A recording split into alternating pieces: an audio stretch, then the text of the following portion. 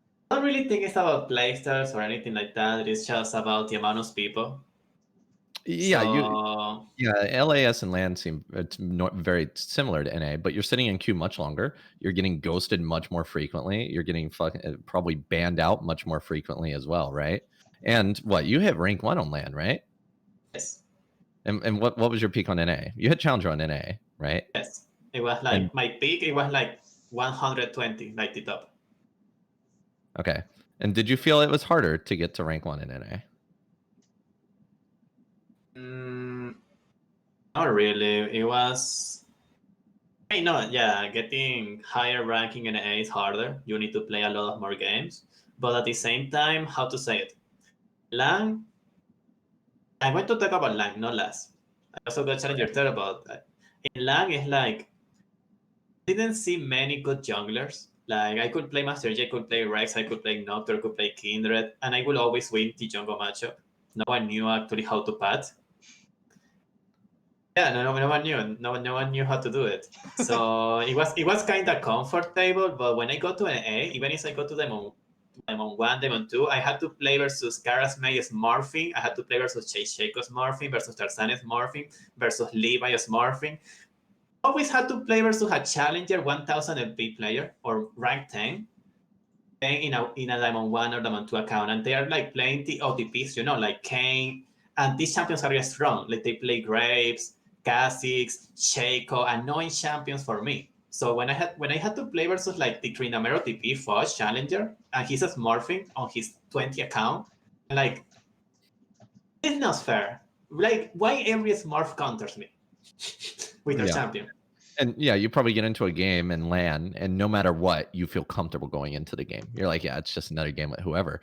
And then you get into NA, and you're like, oh, I'm against fucking Tarzan's Graves. And it's like, right, you're gonna dread that game. You go into that game dreading it, right? And right there, that's just a very distinct difference between LAN. I keep thinking you're LAS. I don't know why. Between LAN and NA. And NA is arguably, in my opinion, the easiest out of all the relevant Riot regions. It's for fun, content creators, they never surrender, which is fantastic, right? Well, it depends on how you feel. A lot of people think never surrender is a bad thing, but there's no let me just say this. I've played on almost every region, and no region has it just right. Nobody realizes when they're gonna lose. You either have the people that think, oh, I lost at 15 minutes, or you have the people that think, oh, we can win this at 50 minutes, right? So there's no good balance on any of the servers I played. I have played personally. I've played on Korea, EU West, NA, Philippines, Vietnam, Japan, Singapore, Taiwan, and I've hit Masters in. I mean, I basically hit it in NA, but that was a long time ago. It was like 3 seasons ago. I hit it in Korea. I hit it in Vietnam. I hit it in Philippines. I hit it in Taiwan. I hit it in China. I hit it in right. So I've hit it in a lot of regions, and I mean, just too many servers, right? So when I look at these servers, it absolutely matters depending on what server you're playing on. So have you played outside of NA? Nope. I played a little bit on the US, but I pretty much only played NA exclusively. And let me guess, you're like, yeah, fuck this ping. Yeah, my ping sucks. I had 130 at one point. I still have 70 now, but sucks. Damn, that one. No, man, 130, that must suck. But that's when I got to Grandmaster 300 LP. Is when I had 130 ping back in Season 9.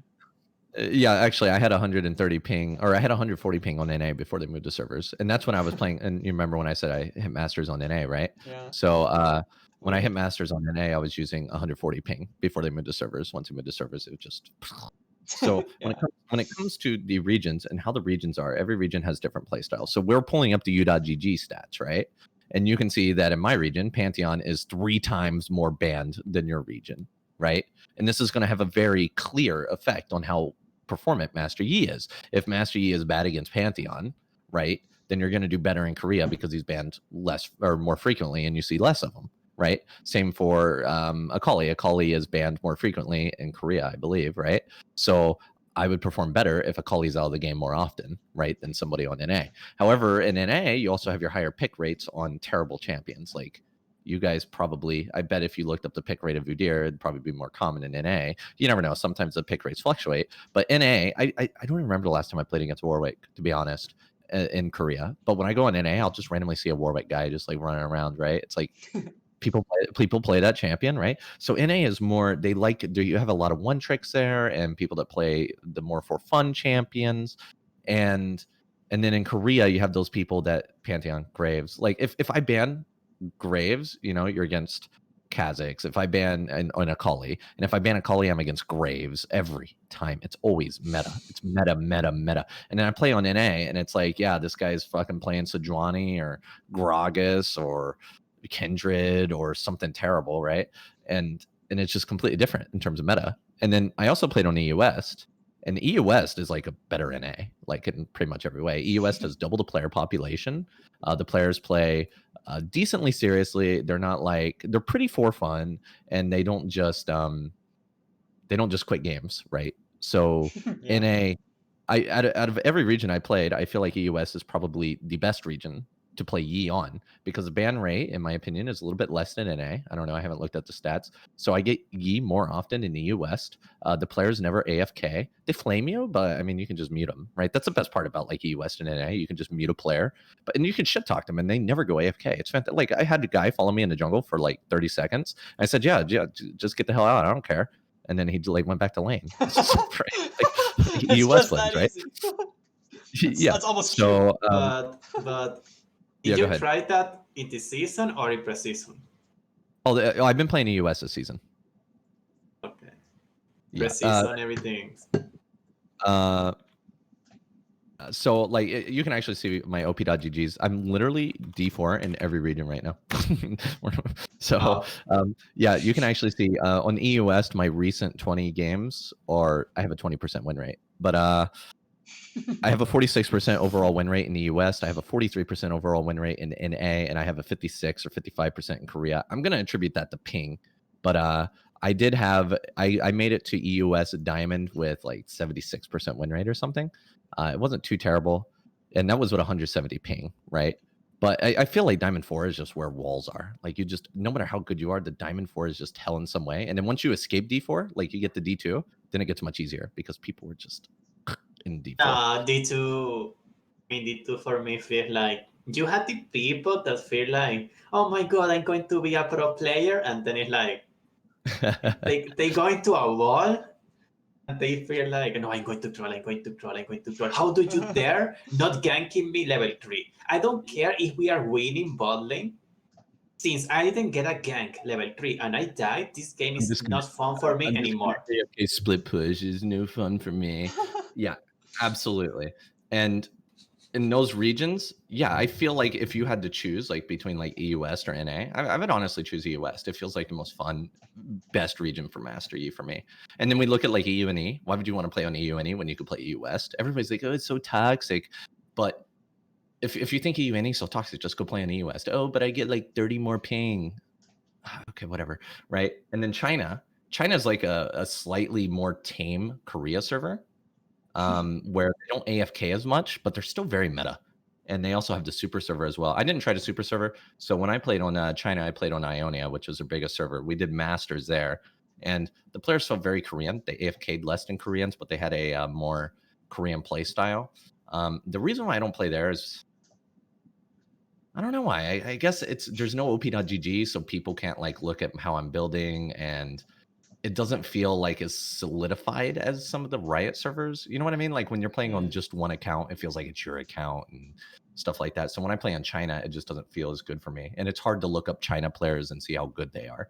Yeah. So the servers, I know I talk a lot here, but I mean, I played on every server more than you guys. So the servers, I think, absolutely do matter, just in terms of picks alone, let alone their general culture and how they react. Like Yi, like just bringing up Yi, like in Korea versus NA, I believe we pulled that up earlier, right? Like the ban rate is just so different in Korea versus NA, because in Korea they love Zanyas, they love stopwatch, they know how to deal with Yi, they play more as a community because just the way they're culturally brought up, everybody wants to be a pro player here, right? So yeah, it's completely different, and I would love to have some of you guys come over and play Korea. I think Silency came over here. He was playing with 170 ping or something, right? And he quit in gold. and he get 250 ping. Yeah, he just said, "I don't want to be an insect anymore." An insect, yikes. Yeah, because they kept calling him an insect. It was really fucking funny. No, I Poor think guy. Science he could have definitely gotten higher, but I think he just didn't want to deal with the players, right? But you will see. I think you'll see a very significant barrier just in general. We see a lot of people come over to Korea because they have all the competitive people from Asia play in Korea and things like that. And in the Western side, I think US is very good. And just having more players helps as well because the US is the second largest server after Korea, right? And it's almost double NA, right? So you're having shorter queue times and more competitive games and stuff like that. But I do think NA is a step up from LAN and LAS, and Brazil. But that's something that Danny would be better to touch on. Yeah, I just want to. Oh, go ahead. Go ahead. Dan, you want to say something? You were talking about Brazil. Brazil, right? I mean, the thing with Brazil is, I noticed in Brazil the problem with Diamond 2 people having this ego. It is even higher. In It's not Brazil? even fun. In Brazil, it is not even fun. Oh, really? Like, people in Brazil decide minutes 5 if they want to win or lose. And they make the choice. Like, they just make this choice, and the game is not the same anymore after that point. So at least at that point, they didn't have fun in Brazil. Yeah, it sounds like Korea. That just decide win or lose, right?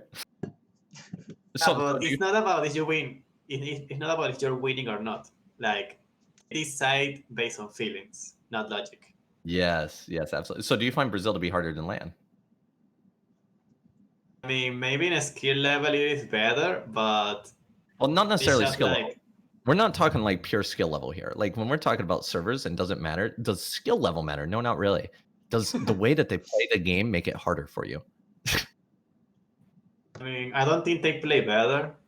I don't think it is harder for me to beat them. It is just the chance that I have someone saying open, if K, I don't want to play this game anymore. I want to make him lose by minute 7. It's very likely. Is It's it worse really, than very NA? likely. So it's frustrating, and it plays into your mental as well, right? That is frustrating because like you can go bot lane, you can get a double kill. You can go again, you can get a double kill. You can be taking the plates minute 10. You can take first turret. But if your top laner get ganked twice, he's going to go AFK. or he's going to go to your jungle and never go back to lane and just steal your jungle camps. So you are in a situation in which like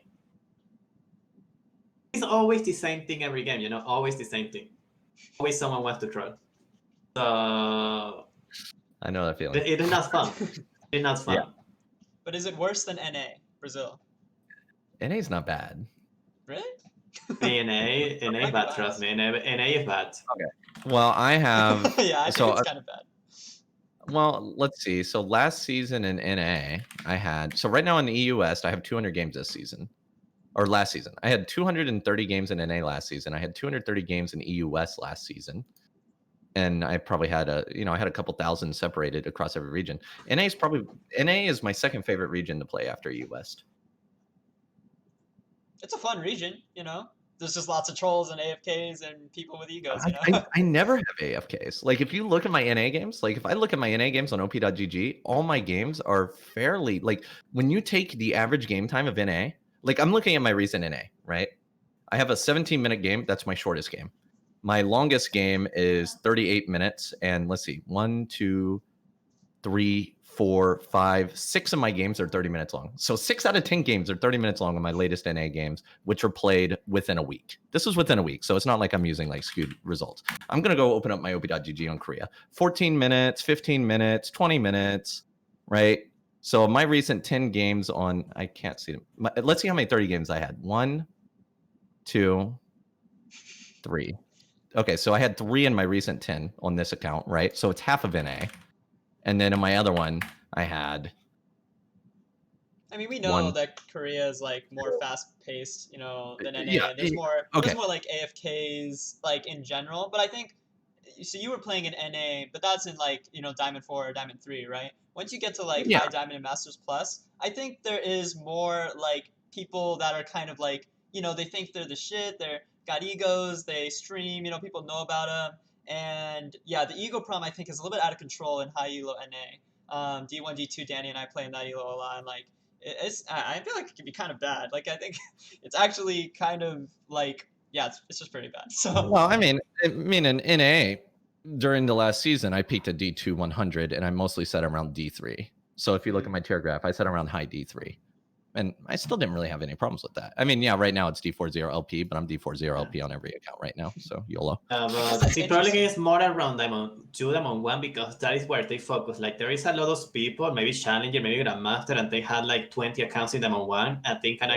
can say to Discord, you guys know what? I want to have fun. Take the 20 accounts and have fun today in my accounts. And they can use these accounts for in-list, for inting, for trolling, for having fun. But there is even someone, I don't know, this is a group of people, like the Pike with a smite support. Yeah. And this Oh my person, he God. was first trolling people, spamming things with macro, like spamming, and stealing the jungle camps and following the jungler around every single game. He would lose like 25 games in a row in one account. But apparently, this is a group of people with a Discord and a Twitter. And now the Pike spams, follow my Twitter account if you want to join my army, punish people and in games, and we will give you an account to troll as well. And we will share with you our in-list. So you had these people cracking accounts, hacking accounts in Diamond 1, Diamond 2, and trolling dozens of games every day. So, yeah. So in NA, D1, D2, it's a big problem. Yeah, well, the thing is about NA is I'm literally an LPP, right? So I see the kind of things that are talked about in terms of like NA and blah, blah, blah, and blah, blah. You actually have Riot support that actually gives a fuck. That's I know true. it sounds like I know it sounds like they don't give a fuck, but I see them dealing with these issues. Like the creators will bring it up. They'll say these kind of things are happening. These kind of people do it. And Riot says, we'll look into it. We'll see how we can improve the situation, make things better for you guys, right? And I see this. And then I'll say something about Korea or like even in the US, right? We don't have, well, I mean, I don't know about the US because I never get to see them, right? But we don't have somebody that cares about us. Wow, that sounds really harsh. Like like legitimately, like you know how you can send support tickets and they somewhat get done, right? And maybe you know, if you're a less prestigious player in some way, it doesn't get done as well or whatever. In Korea, you don't have. If I make a complaint, I get banned, right? You know what I mean? We know, right? Yeah. So in NA, you have these problems, but they're not widespread because Riot NA, believe it or not, actually do something about it, and I see them do something about it. And they care about the server. EU West, I don't know. I can't because I'm not an EU West LPP or anything like that. I don't know how they deal with it. But you know, EU West has always been edgy, and you know what I mean. They're always edgy as hell. So it's, and I mean, even Dani might see it in LAN or whatever, or Brazil, right? They're out of control. Like NA has some of these issues, but Riot actually somewhat cares because NA is their home server in a way. They care and they try to fix it, but. I don't know. I think at the end of the day, server definitely matters and it's different. And I highly recommend that you guys, especially when COVID's over, try to get yourselves on a different server, EU West or Korea or whatever, and just see the differences between them. Because I look at them and it's very interesting to me. But I hate playing on the 170 ping. That's why I've been playing Korea lately. Yeah, I also just think this topic is really interesting because, and I think you mentioned this, Cowsep, that EU West you think is like probably the best server for E to climb in.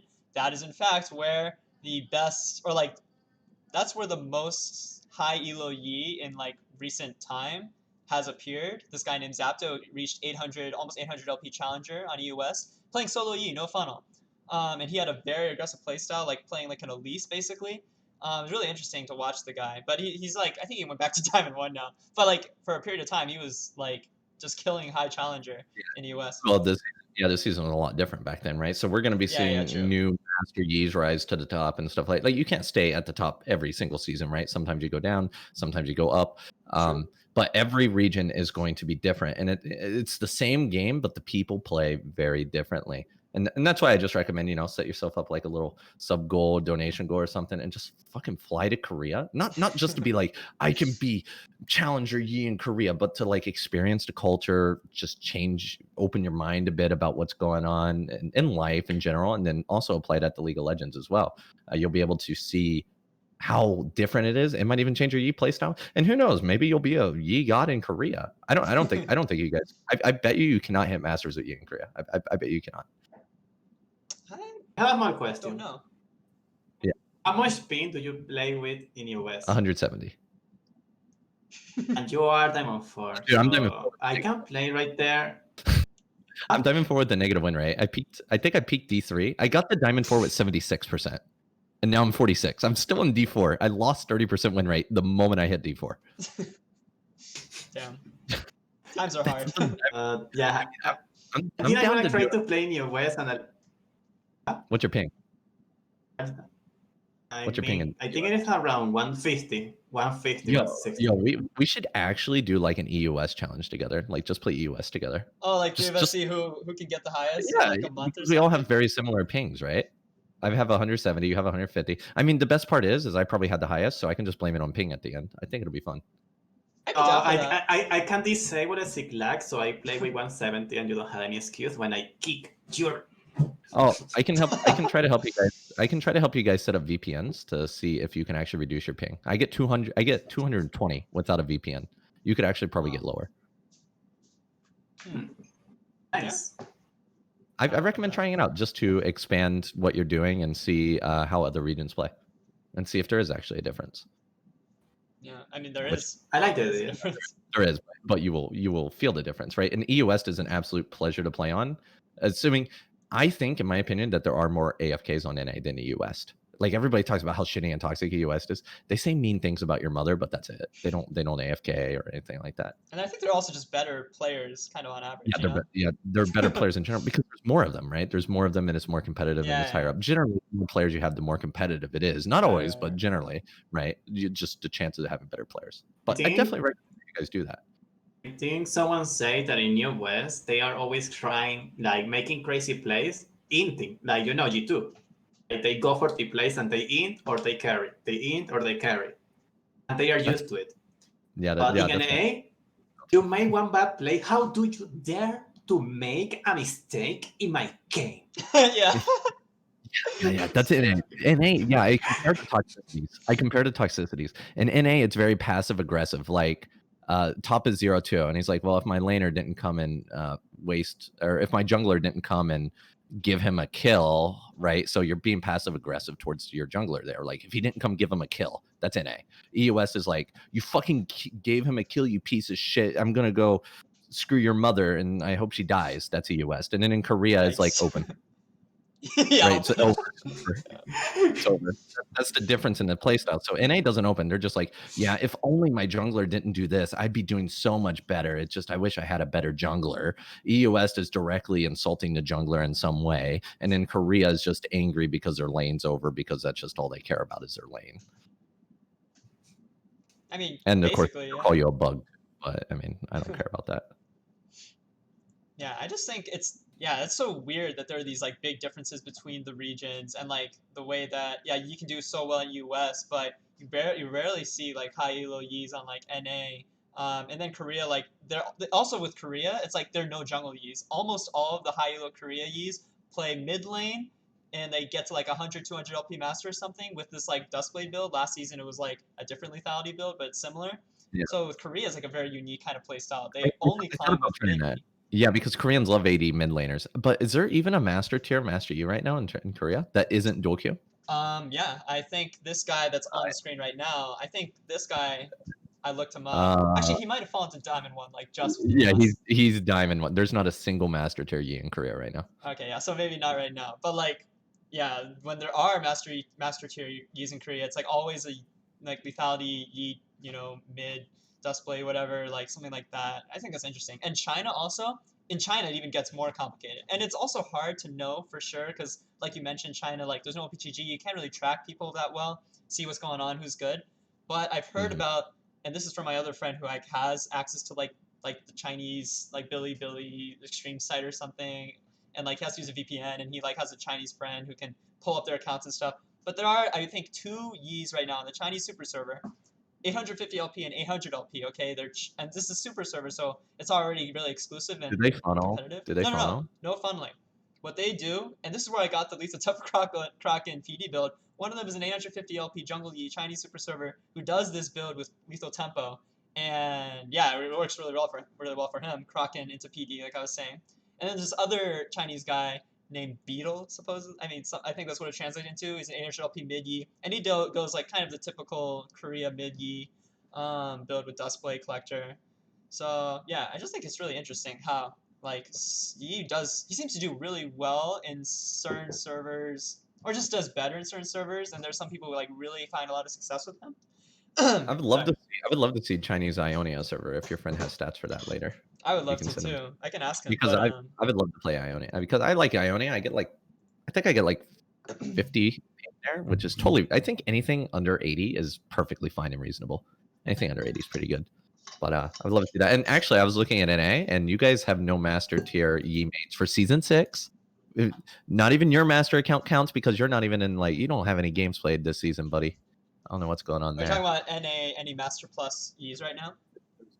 There's one, and his name is Yasuo. That guy funnels. And his last game. Oh, does he funnel? Yeah, he's a. Oh, he does. Yeah. And his last game was a month ago, and he funnels. So actually, worldwide, this is actually a first here. That worldwide, there are pretty much. Well, let's check EU West. So NA in Korea, there are no master tier Yi mains technically. There is an EU West Korea master. This caffeine addict guy on the screen. Okay. Yeah, I see Caffeine Addict, and I see some people with 50 games, but I don't know if they play you. Caffeine Addict. 190 LP. So the best Yi right now in the world, theoretically, the best one is a guy with 190 LP Masters in EU West. And he plays, what does he play? What is his build? Kraken Gunzus. He plays Kraken Gunzus. Yeah, crazy. See, I'm telling you, it's not totally dead. It doesn't feel good a lot of the time, but it's not trash. Like it's not bad sometimes. Some people make it work, basically. Yeah. That's actually pretty impressive, yeah. All that time he skipped it. Sometimes he skips it. Yeah, his build would have been worth looking at. See, it's a good thing I said Kraken Gunzus in my video. Now I don't look stupid. Yeah, I mean, it's still not bad, but I think people are also sleeping on Kraken PD with lethal tempo, like the Chinese guy was talking. It's just that I have faith Riot is going to nerf Bloodline a lot, and they're gonna buff Kinsu in some way. Yeah, it's gonna happen. Happy faith. It has to. So eventually we'll change it. I'm not in a rush.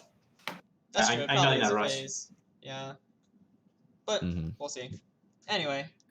I mean, it's interesting overall that right now there are no high elo Yis except for Caffeine Addict. Congratulations. He's even higher LP than in that slide.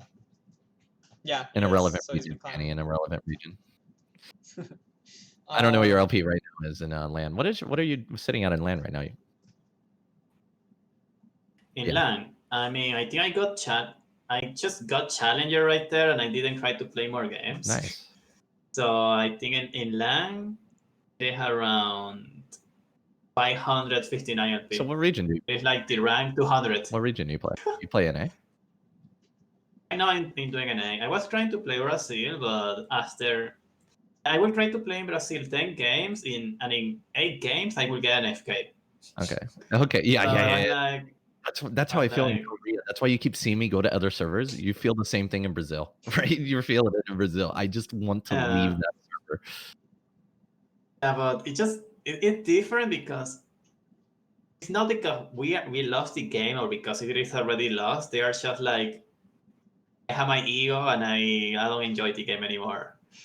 So I'm like, why did you get into queue? Why? I'm so happy hearing you say that because it reminds me of me so much. I love hearing you have my pain because I don't feel alone. But I definitely. Yeah, go ahead. I'm playing on NA right now. I was trying to play in a Smurf, but to be honest, right now the Smurf queue has a problem. I don't know if you know it.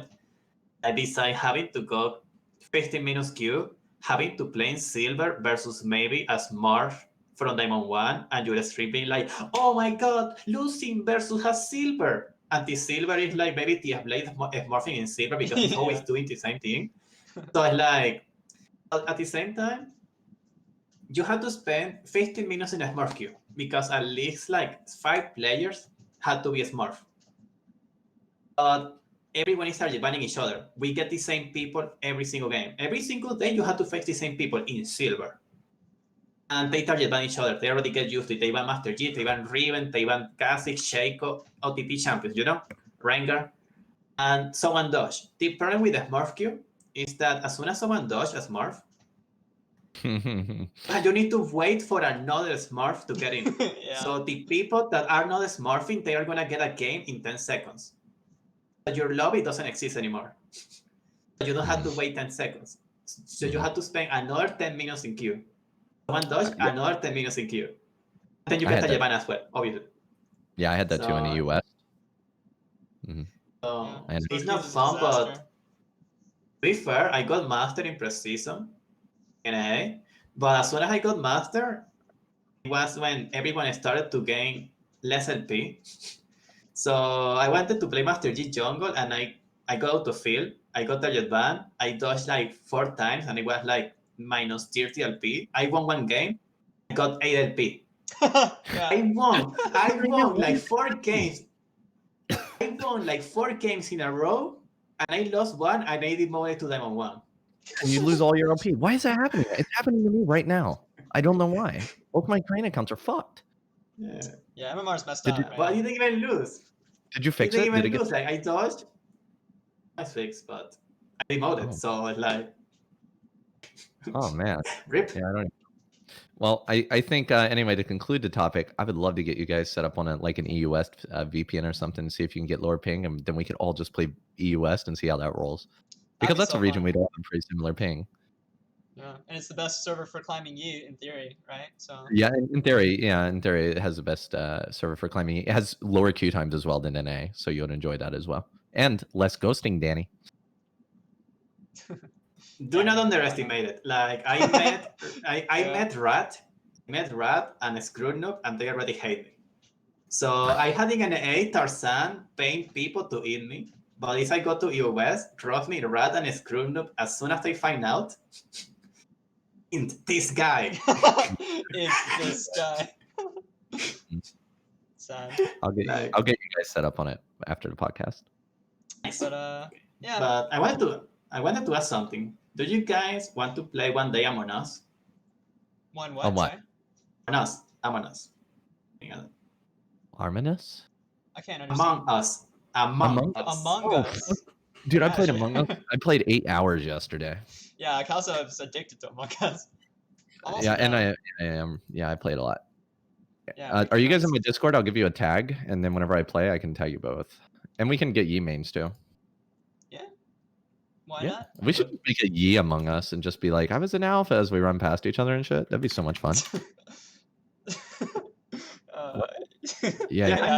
I own your Discord, yes. Okay.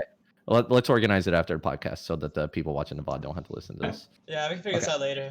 But yeah, right. Pretty much it. I also just wanted to mention, I think funnel is most common on NA, which is part of why they hate Yi so much. So. Oh yeah, a lot, yeah. Yeah, I think that's part of what makes it harder to climb with Yi on NA, because they hate Yi because of funnel. It's popular in the EU West as well.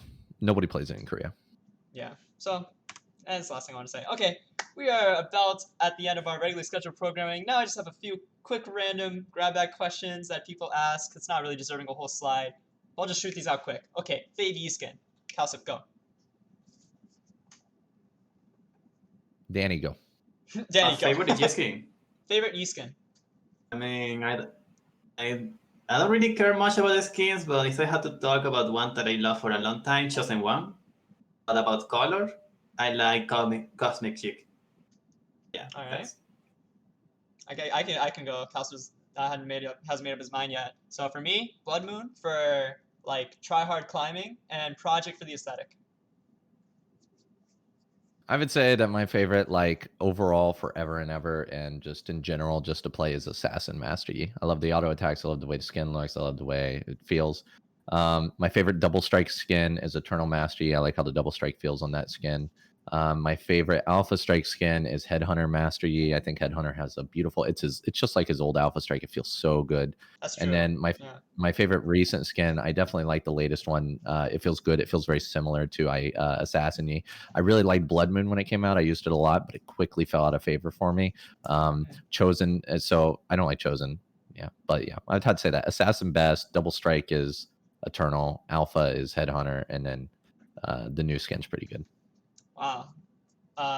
Wow, that's like that's like a way more complicated dance than I was. It's definitely different. You don't feel the difference in the skin in the double strike on Eternal? You don't A feel lot that? of things you It's said I agree with funny. actually.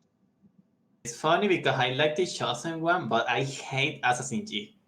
But Really? you love Assassin G, But I love and you that don't like skin. Chosen. Why Wow. do you not like Okay. it? Wait, yeah. Why How don't can you you hate like it? Assassin? What's wrong with Assassin? I would prefer to play without skin. hate it, That's like- disgusting. That's disgusting. Yi's base skin is disgusting. It feels like he's swinging a wet noodle, dude. His sword is like a fucking. It's like blunt and just. Ugh. Okay, Loki Jesus. though, I actually like playing the default Yi skin because that's like the Korean Yi skin basically. You know, no skin. It actually makes me feel. It's actually like you actually feel like you do more damage. I don't know.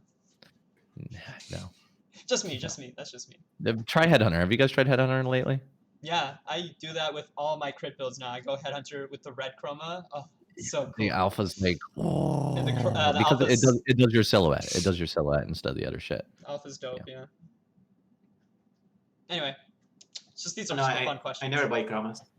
You never buy chromas? No chromas. Yeah, I don't buy skins on Korea server anymore because I refuse to support Riot Korea. Damn.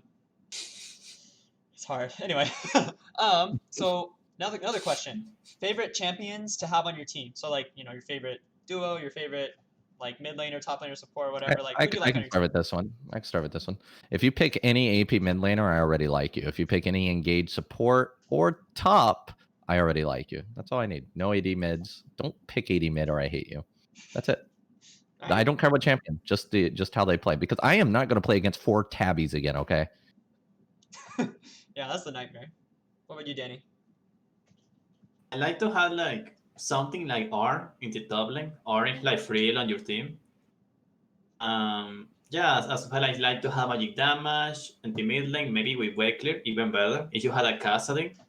Fun fact, Kassadin is the champion with the highest AFK rate. Dude, Kassadin? It is like Classic. 3%. It is like 3% and Yasuo is like 1.5%. And he's the second one. Wait, really? It's double the second most, which is Yasuo? More than double. Actually more than double. Oh my But yeah. gosh. They're playing a scaling champ. Why are you AFKing, bro? What's wrong with you? Yeah, I like way clear and magic damage on my mid laner, but Don't forget crab Please. priority, buddy. crap priority. But even if they had the Oh. crap priority, they don't care. They don't care. They prefer to stay AFK in the mid lane. They won't move. I already know that. I think Galio is a very good pick. Annie is very good with Master Yi. You just wait for her to press R and Yep. you have fun. Yeah. DC, as long as you don't play Bane, I'm okay with it, I guess. Maybe Cowsep would say Ezreal. Support, please pick magic damage. Please pick magic damage. Don't pick Pike. Why yeah. did you do this to me? Yeah. AP like Zerath and stuff is perfectly fine for me. Even if he's squishy, at least he does AP damage and wave clear. Yeah, that it is. No. For me, it's like everyone always thinks, oh, if you're a Yi player, you probably love doing with like, you know, Lulu and Tarek and Janna and all the like enchanters. But for me, I actually feel like the most important thing I want on my team is a champion that can engage or set me up for a kill. Like 100%. yeah, because if they get me that first kill, I feel like I've already won the team fight. But if I have a Lulu on my team and everyone goes on me, sure, she'll ult me, and that gives me 1 extra second. But then, like, I still can't kill anyone after that. So yeah, I just feel like I much prefer having like a Leona or Nautilus on my team than like a Lulu, which everyone thinks he loves like stuff like that more than like other stuff. But yeah, I just want engage or setup, you know, maybe like a Lissandra mid. That stuff's great.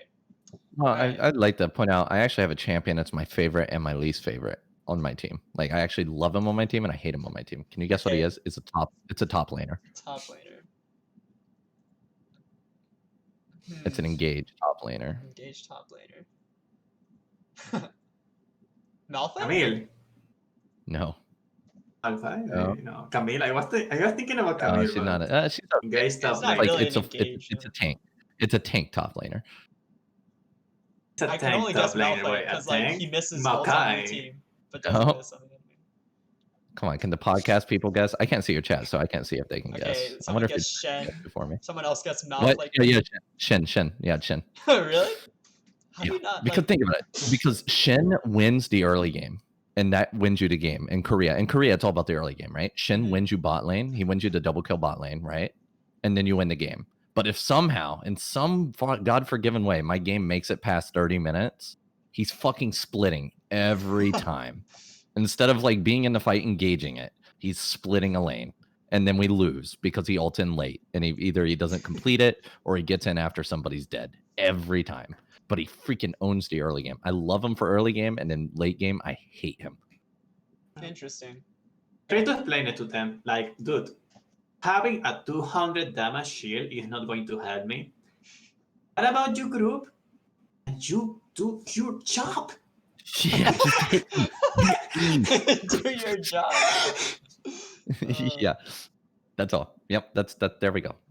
Okay, I mean, I guess I kind of agree, a little bit.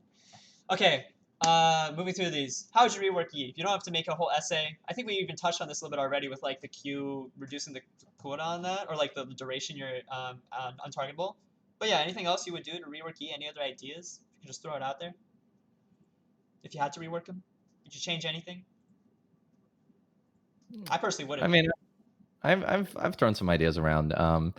Because the thing is like, right, it's never going to change anything, right? So like every time somebody says, hey, well, actually I told you guys they were actually about to remove his movement speed immunity. I told you guys about that, right? Wait, like, what? Yeah, they were going to remove the movement speed immunity and replace it with ramping up movement speed. They were going to do that? Like the previous rework? Yeah, like when Yi was overpowered, right? They wanted to do some changes, and instead we got no cooldown, no cast time on Q, no cast time on W, right? Those are because those are the things I specifically. You remember back when we were trying to put agency into Master Yi and higher elo, but remove it from low elo, right? They wanted to change how his ultimate worked and remove the slow immunity and give him an auto attack reset on E, is what they were trying to do. And in my opinion, I didn't think that the R immunity, slow immunity, would fly well with Yi mains because that's kind of why they play them. And I instead thought that Q cast time and W cast time is more solid for Master Yi and skill making plays. And some of you guys were actually kind of skeptical about it, but I would say that most people are probably happy to have no cast time on Q now and no more deaths in alpha, right? We can all say that was a good change, right? I could say two things about it, but whatever. Yes, but I still die sometimes in alpha. Sometimes I die in alpha. Yeah, sometimes I get hit in alpha. Like how Nasus Q always hits you in alpha, right? That kind of makes sense. But sometimes it feels like things that aren't like Nasus Q but are similar to Nasus Q still hit me in alpha when they should. Yeah, exactly. I still die in alpha, so I don't know. So that's the kind of reworks that they were kind of looking at, and I think that we need to keep Master Yi at his core, right? We need that slow immunity. We need him to be because in my opinion, Alpha Strike needs to be used in a way that makes him it synergizes with his kit. Right now, Alpha Strike is not being used like it should be. Right now, it's being used to one-shot people and chain alphas. In my opinion, when I was looking at the old Master Yi and what they wanted with him, I thought that no cast time alpha is good because it allows us to utilize it in a way that lets us dodge skill shots at that precise second that we need it, or that precise millisecond, right? We're dodging skill shots with it and using it. And now what we turned it into with Duskblade is he's oppressive because now you disappear instantly, right? With the no cast time, it's starting to be really toxic because they can't hit Yi. He disappears. He kills people. What do you do about that, right? Yeah, so it's kind of toxic.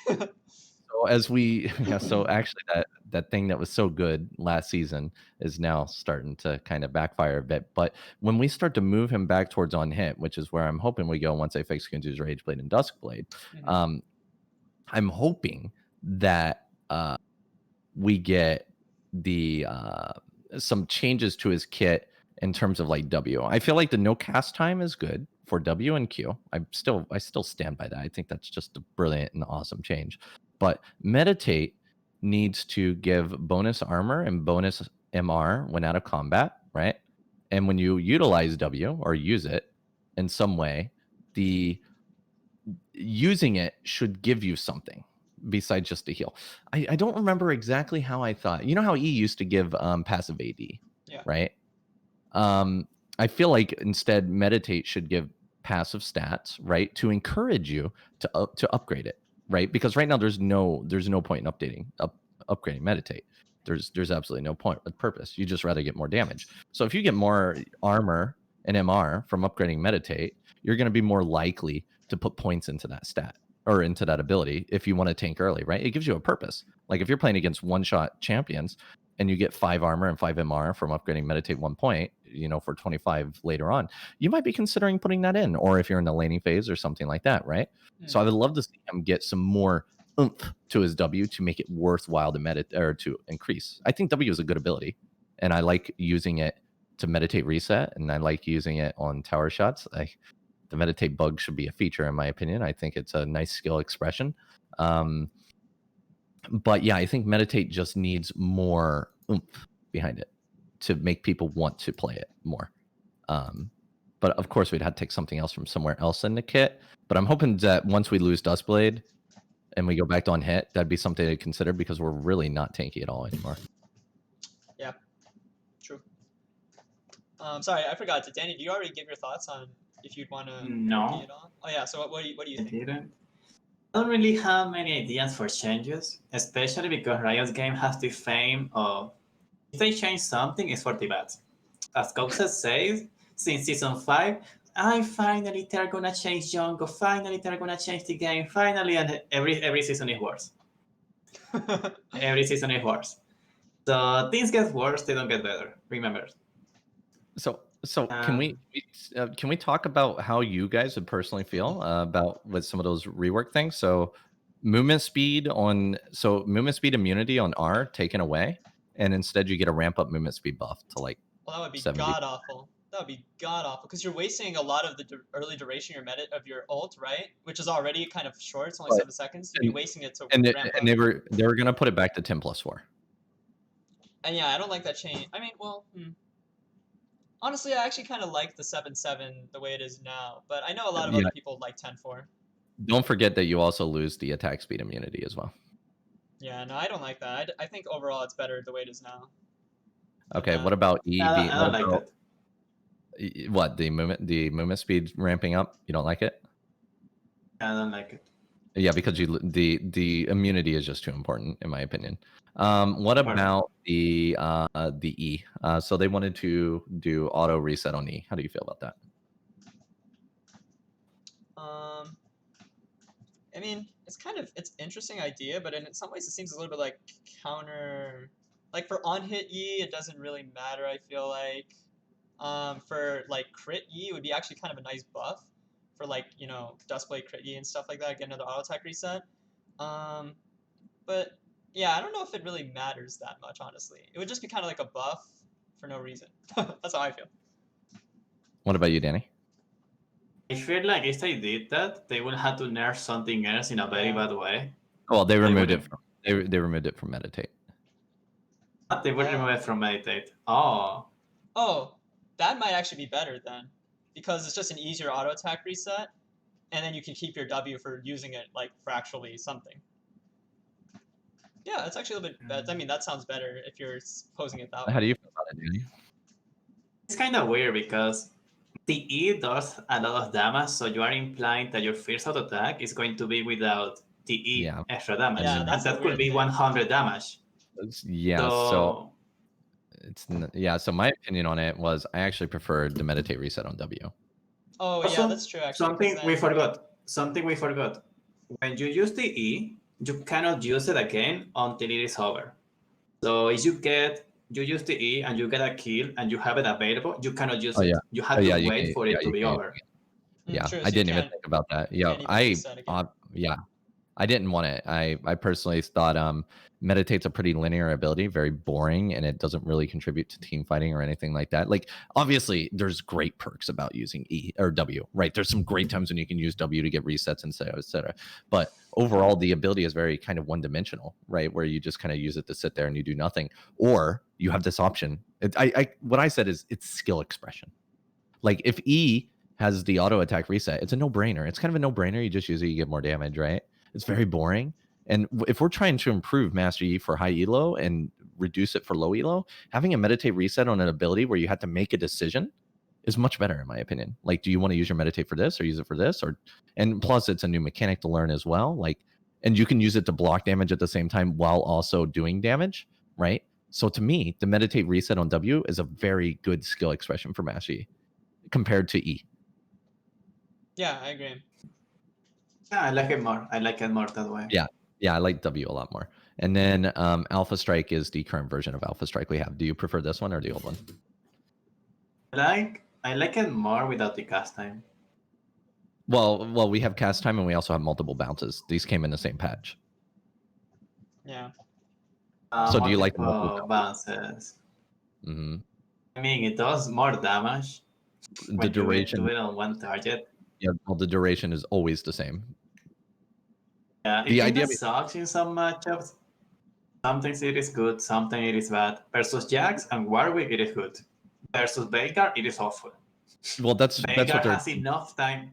Yeah. That's what they're trying to do with the rework, is that they wanted to make Master Yi more predictable for lower elo players so that they could properly try to counter him in some way. And at the same time, in high elo, you have to play around that yourself to figure out how you're going to do this without screwing yourself against a Veigar or something like that. So the whole idea, they add the multiple bounces to make sure that the duration is always the same. I mean, the duration always being the same, and being that duration, it can really it can be very bad. As a champion like Veigar, it always feels bad. You cannot really avoid this stun. So, is it a good change? To be honest, it is a good change. It has the bad effect, but I think we got more good than bad. At least versus champion like Jax, it's amazing. I think it's a good change. And it's a lot easier for enemies to position themselves in some way to deal with Master Yi as well. I think they did a really good job with hitting the Alpha Strike like that. And I'm really happy they didn't throw in some of those other changes, because as we talk about these changes that we're doing here, the one change that they did put in, we all like. So, and the ones they didn't put in are ones that we dislike. So I think they held the identity for Master Yi pretty well, because Master Yi is a very popular champion, right? So I think they did a good job with what they did. Yeah, I agree for the most part. Yeah. Anyway, we can go move on here. So, what do you guys picked? What do you guys pick if Yi is banned? And this is like also, you can think of this question as like, if I'm a Yi main, what should I play if I can't play Yi? You want me to? I can start this one. Sure. Yeah, I play in Korea. They don't ban Yi, so. Wow, so helpful. Thank you. You're welcome. All right, your turn, Danny. I'm gonna be completely honest. That depends entirely on you. Like, whatever do you like most after G is banned. Like, if you're gonna play a champion because no, but G players, when G gets banned, they play Shyvana, they play this. That shouldn't be the reason. No, that shouldn't be the reason. Like, just find something else that you enjoy, a similar playstyle, and see if you like it, and then you have the second pick. You shouldn't be asking someone, and you shouldn't be doing that. No, it's like, just imagine that you came into the game, you are new, and you are like, what champion should I make? Tell me, what should be my main? I think they're just curious about you, Danny. They just want to know what you would play. They want to know what you would play. They don't actually care if it's banned or not. I guess my answer is pretty bad then, right? They just want to know what you like. What do you like, Danny? No, because, okay, what do I like? I mean, Nocturne. If she's banned, I used to love Kale. Yeah, I remember. Before the rework. Yeah, I did. Because she was like, you could ultimate and attack people. Yeah. And the movement speed from TW, it was like an ultimate of Master Yi. Yeah, it was really good. I liked Kale too. Good times. It was amazing, but now we don't have that anymore, so Aatrox. I can like. Oh. Aatrox. Nocturne is fun, but he was fun. I don't know. Nocturne is fun. Nocturne's okay, I guess. I don't know. Nocturne, Cartus, Kindred. I don't know. I don't remember the last non-Yi champion. I think I played Cho'Gath recently, but other than that, I don't know. Yeah, I have no idea. Well, I can give my answer to this question. I think, I mean, there's a lot of like the ones that everyone would guess at first, like, oh, if Yi is banned, probably the skills transfer well over to something like Jax, Shyvana, Tryndamere, even Nocturne, right clickers. Huh? Kha'Zix? Shyvana's a caster. Oh, okay. Well, if you play AP, yeah, but there's a lot of you can do the AD build, and it's actually I think better this season than it was in the past. So you can do that build, and that's very similar to Yi. Just like right clicking, spamming Q. I also think one that's like less talked about is Olaf. I think Olaf, which is also like actually a viable jungler compared to these other like picks. Yeah, he's But pretty fun. in a Yeah. lot of ways, Olaf, he's not only more viable in high elo, but he's actually similar to you. You press R and you spam Q and you auto attack fast and you do true damage and you heal a lot. It's actually kind of similar to Yi in playstyle, and it's like actually just more useful. And yeah, Gore Drinker, like Olaf's actually I think the highest win rate jungler in the game right now. So if you're a Yi main and Yi's banned and you want to pick something else that transfers skills well over and is OP, Olaf Gore Drinker. Try it out. You need to land your I'll do it. Yeah. I'll do that. You need to land Qs, so there's some skill shots, but for the most part, you're just spamming Qs, slowing people forever, smashing them to death with hammers. It's fun, and he's actually just really OP right now. So I recommend Olaf. Whoa. Oh yeah, he has high win rate. You're absolutely right. Yeah, he's definitely broken right now. I see him all over Twitter. People always like, how is this allowed? Olaf just pressed Gorjinker and healed 1,000 HP, and he's 1v3ing us. Like, he's just, oh yeah. Man, yeah, he's more popular and better in Korea too. Like, he's over 1% higher than NA there. Yeah, and Olaf, you don't have to worry about CC. It's kind of nice. I don't know. Dude, he has a 54% win rate in Diamond Plus. Okay. Yeah. Okay. Play some Olaf. You convinced me, buddy. You convinced me. Yeah. Speaking of Diamond, do you think Yi is actually just broken in Diamond and below? Yeah. Yeah? All right. That's a fair assessment. What do you think, Danny? I mean, Diamond and below. Or Plat and below. And in Diamond. Because it just, yeah, but it says Diamond and below. So, come on, we already know with Cowsep, 45% win rate in D4 is not broken in Diamond. I'm getting fucked. I'm telling you guys, Diamond 4 is different, okay? You're not sitting in Diamond 4. Do not judge me. To be honest, I don't think it is broken right now. I mean, at least if you are gold, maybe it can be strong. If you are platinum, it is just whatever. It's more about the player. Because, I mean, Cowsep is a player who, if he gets serious, and he plays very focused, he could get Master, maybe even higher. But I can bet that if he plays in Platinum, like Platinum 3, Platinum 2, Platinum 1, he wouldn't look broken. He will win maybe 60% win rate, but he wouldn't be broken because a player D4 like you... D4 is the wall, bro. I'm just saying, like, if you get a Master player using Graves, Platinum, he will win like 9 out of 10 games. Yeah. So maybe not really broken. Used to be more broken before. It used to be more consistent. But as I said before, right now, Master Yi, you get your items, and if someone gets Sonias, if someone gets this Dance, Esterax, Guardian Angel, Tanks, Lulu, anything, you already know. You don't know if you're gonna win anymore, even if you get fed. Yeah. I don't really think he's broken. Maybe in silver and bronze and iron. But they're better champions, I think. Yeah, I think he brings up a great point. So when we do look at it, I mean, it used to be when I was smurfing around, I could get I could easily get to like Diamond 1 or so, but Master Yi with like a 70%, 75% win rate, right? It was pretty. He used to be very consistent with the farming style because games were longer in general. Nowadays, games are way too short. That Yi does not perform well against players that know what they're doing. So you see a Yi in Platinum, right? So if I'm playing in Platinum, as I mentioned, I recently did that US climb. That's my most recent climb. And we did hit Diamond with about 76% win rate. And in Platinum, we were doing pretty consistent. We're getting pretty consistent 70% win rate games in Platinum. And if you're playing something like Graves or something, like you're probably, as he said, you're going to win more than 70% of your games. But when you're looking at stats, I'm looking at stats right now on Yi, right? So when you're in Platinum on Yi, I'm using NA as an example because NA is just probably most people's region here. Platinum Master Yi win rate is 50%. Okay. Doesn't sound broken. It's not broken. Diamond is 48.5%. Okay. Masters is 28% because nobody plays them there. Yeah. Okay. So you see this trend, you see where it goes. Now, how do you think this is going to turn when I hit gold? Probably 53 or 54. 52. Okay. 52. And how about silver? 53. 54. Oh, okay. And bronze is also 54. What about iron? Oh God, iron. Can't even imagine. I have a question. Do you guys think 54% win rate in bronze is broken? Master Yi. You know what? You're right. Olaf is literally 54% in diamond. What the hell is Riot doing? Like, Yeah. we were just talking about Olaf is 54%. Wait, what is going on here, actually? Now that I think about it. But the thing is Yi is always consistently at this win rate. And the thing that makes Yi broken, so you got to remember Riot's system has checks and balances here. So Master Yi's win rate in Iron is 57, okay? But his ban rate is 43. In bronze, his ban rate is 45. In silver, it's 40. In gold, it's 30. In platinum, it's 20. And in diamond, it's 10. Okay. So you can hit, so the ban rates are very high. So if we take Olaf in NA, we're going to use Olaf because he's OP, right? As we just said.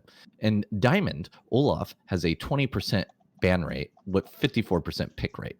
But that's actually insane. But in platinum, he has a 52% win rate with 14% ban rate. In gold, he has a 9% ban rate with 52% win rate. In silver, he has a 51% win rate with 7% ban rate. Bronze, he has 50% win rate with 6% ban rate. And in iron, he's 49% win rate with 6% ban rate. It's backwards. It's the backwards of Master Yi. And unfortunately, Riot's system decides that's okay. That's okay. Okay. So, well, yes, Master Yi is, in my opinion, consistently broken in low elo. So we can see Olaf is nowhere near what Master Yi is. He's probably, because you got to realize low elo is 90% of the player base, right? Well, I mean, that's kind of weird to say low elo is 90, but that's how I feel about it anyway. The majority of the player base is low elo. So naturally, the balance should be around these players. So yes, Yi is broken in low elo. I had an argument. Nerfing Master Yi is not going to stop bronze players from losing games. I had that argument the other day. Yeah, probably true. I mean, every change just completely fucks with bronze players, man. So I don't know about that. Yeah, I basically agree. Yeah, I mean, I could just hop in here and say that I think he is actually a little bit too much of a. Well, I do think it's okay for there to be these kind of simple to play, like low elo pub stomp champions, like like Garen, Yi, stuff like that. Like those, there shouldn't be all hard champions in the game. I do think he is actually maybe a little bit too strong in very low elo, not below diamond, but like maybe like golden below. I think it's maybe a little bit too easy to succeed with him. He could be a little bit less pub stompy, but I definitely don't think he's broken in diamond and below. He's perfect in platinum, just like Danny said. He's literally 50% win rate across the board in platinum. He's perfect in plat. Yeah, I mean, I basically agree. So I guess, and just kind of go back to the rework Yi topics. Like, I wish they'd make it so that he has a little more skill expression and a little bit less brainless pub stomping, but he can still be, for the most part, a low elo pub stomp champion like a Mumu, Bronzodia. There are champs like that should be in the game. But that's my opinion. Okay, last of the grab bag questions is, and we kind of touched on this before, and it's also more of a randomish one, but when do I recall? And this really applies to, for the most part, your first clear, and then also, when you're farming in the jungle, do you want to always recall when you have a power spike, item buy, or do you want to, stay on the map and keep up your tempo? So, I just thought I'd throw this in there. When you guys, what are, the criteria for you guys when you recall, or decide to stay on the map? I just want to say, Mumu stats are crazy. Dude, he has a 43% win rate in diamond and a 53% win rate in iron. And he actually gets banned down there too. I don't know. Anyway, I recall there's certain times I recall. First recall is when I have 1,100 gold and I go do bottom. That's a great one. Second time I recall is if I have any power spike at all. For example, I mean, unless I'm stomping. If I'm stomping and I have 5k gold, I'll just keep going until I die. But so if I go and gank bot lane, and then another one is when camps are too far away for me to reliably walk to. So if I go gank bot lane at level 1, right, and I spend a lot of time down there and I'm walking down and over, then I'll probably recall after that bot lane and go to my top side so I can have a nice clear or something like that. Because if you're too far away from your camps that you have to walk up to them in a long time, you might as well just go back, purchase items, get full health if you need it, and then go back and jungle again. I never back to heal. You don't need to heal because the camps heal you. It's just only for power spikes or if your closest camps are too far away from you. Yeah, that makes sense. What about you, Danny? Almost the same. Almost every time you need to think about what you want to do. what you want to do. So if you know, especially with the double build, you know you have the ultimate available in 30 seconds, the ghost available in 30 seconds, you had like 1500 gold. You are like, you know what? I would like to go bot lane and gank. But I would prefer to recall right now and only do half of my jungle and then go straight to bot lane with my ultimate and ghost right available and be a little bit stronger. Because if you buy, then you only need one less auto. It is easier to secure the kills. And then you can invade and steal enemy camps. So I like to recall and buy something almost before I want to make a play. I like to try to time it like that. Same for Dragon too, while you're talking Exactly. about it. Yeah, we all agree on that, I'm pretty sure. Yeah. Unless I'm gonna give advice. I'm gonna give an advice. If your team is losing, do not recall because, oh no, because we had to fight the Greg in 30 seconds. But if your team is losing, don't do it. True. Be selfish. Do not force yourself into these stupid team fights that you had a low chance of winning. Just keep farming, and just wait for the chance, I guess. No, I agree with that. Yeah. For me, and this is probably even incorrect, but I actually hate recalling. I love just maintaining tempo. Haha, I'm Lethal Tempo guy, by the way, pun intended. I love keeping tempo on the map, just like constantly farming or doing whatever's like closest to me, because they're all opportunities, and it feels really bad to waste any of them if it seems like a high percentage play. So I actually I'll back often with like 1k, 2k, even more than that gold. And part of me knows that's kind of bad, but at the same time, I feel like 90% of the time when I do this, where I don't recall and I just stay on the map, keep on taking whatever's like free. If it's free, I don't want to back just because I have 2k gold. I'm going to take it if it's free in front of me, the free gank, the free counter jungle, whatever. It tends to work out for me. So part of me thinks that's incorrect, but it really works well for me. I hate recalling unless I have literally nothing better to do. Or, again, the objective thing, if there's an important objective coming up, I'll just force myself to do it then. It's probably the right call. But I hate recalling for the most part. Anyway, that's just me.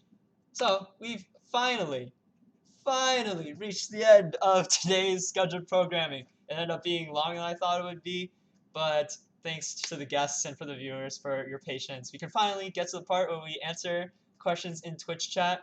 Can I ask you a question first? Sure. When do you guys sleep? Are you guys still up? Well, it's like normal hours, or for me, it's like we started at 11 a.m., so it's pretty normal hours. It's 3 p.m. now. Do you guys have time after this? I'm yes. Time. Yeah. We should play an Among Us game with the viewers that are in chat after this. Oh my god, really? I guess we could. Yeah, you were saying Among Us, and why not do it now? Why make it? Because if we say we're gonna do it, we'll never do it. So we should just do it after the Q&A. I'm down. Obviously, cut the thing for the VOD people, and then we do that separately, right? Yeah, I got that. Okay. If you're down after this, let me know. Aren't you like tired? Are you gonna be okay? I slept for like 11 hours. I went to bed at 4 p.m. yesterday. Oh.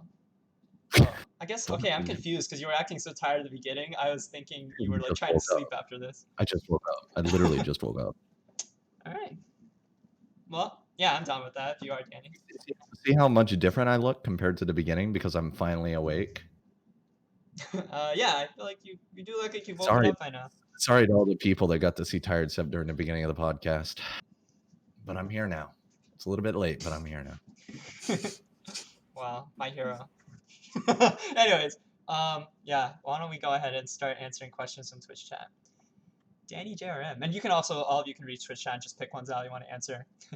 Danny, do you play on a laptop? Huh? Do you play on a laptop? Yes. You still play on a laptop to this day? Yes, the same one as many years ago. Damn. Respect. Wait, you don't use a trackpad, right? You use a mouse and a keyboard like a normal person. Like a normal person. I use the mouse, and right now I use the keyboard of the laptop. But I think I'm going to try to use the USB keyboard. You should just shut your laptop, get an external monitor, a mouse, and a keyboard, and voila, okay? Be a normal person, please. Did you think the stream was going to last 5 hours? No. I did not. But I guess it kind of happened that way last time, so maybe I shouldn't be surprised. Okay, Danny, do you have an IRL job? These are weird No. questions. No? Yeah, because they ask me these questions in my stream. I don't reply, so they come here and I. Oh, my chance. You don't have to answer it if you don't want to, by the way. It's totally fine if you just want to pass. Okay. It's okay. Anyway, whatever. We'll just move on. The current Yi build playstyle is basically the Hawkeye Levi old setup, right? That Hawkeye Levi guy, yeah, he had Hail Blades and like did an 80 build. I think it's still a bit different. Is it really a setup if we have completely different items? That's a good Like, point. how about this? We are playing how he wanted G to be played, but couldn't have been played. He was trying to make something happen that couldn't happen. Now it can. True. Yeah. Yeah. I mean, and it is crit. I don't think anyone for playing crit is like, oh my god, I'm a genius. It's only I on. never thought about this before. Yeah, he just wanted to make it special. I mean, you know, I like the guy, but he was trying to make something. He's like Wuju Senshi. And lethal tempo so good, it's going to be a thing, I promise. And then he was like, crit's going to be a thing, I promise. And you know what? It is a thing, but not because of the items that were around when he was playing. Just getting flamed for no reason. Okay. Yeah. No. That's fine. Just I'm wait until Among Us. Just wait until Among Us. I'm totally gonna get targeted Among Us. I already know. Okay. when would you finish boots for on-hit build if you played it? What are you guys saying? Who does boots? Cowsep doesn't even want boots. Okay. I usually get tier 1 boots, and I usually sell them for a power spike. That's true. I do that pretty often too, actually. And for instance, I'm just going to throw this out here because somebody else may be wondering. For AD build, I like to get Berserker Greaves early, and if I don't get them early, I don't get them at all. Yeah, we touched on that. I think a lot of us go Berserkers with the Dustblade build, but and you can sell the boots as well once you start needing slots. Sometimes I'll even sell the 1,100 boots for an extra crit cloak if I want to get a stopwatch as well. You know. Wow. What about you, Danny? I mean, we don't hit. I like to go tier 2 boots, but it always depends on the game. I'm a person who, I recall I have 700 gold, I get 2 long swords. I recall I have 600 gold, 2 daggers, but that is when on hit was viable. Now I can just get a cloak. So I don't have to think so much. Yep. Another thing about ghosts that's nice, like if you don't have boots, you'll still always you can have your ghost with your ults. You're still plenty faster. All right, you convinced me. I'm running ghost next time I stream. That's what I like to hear, baby. Okay. So yeah, I'm also not a huge fan of boots unless I really I'm going on hit. Maybe I'm going on hit and I really need the Tabbier, or ninja steel plated whatever caps, and then or mercs for the tenacity. Yeah, those are like really good when you need them in that game, especially for the on hit build. But yeah, for the most part, I really don't buy boots unless I really need those passives. Okay, full clearing from red versus blue.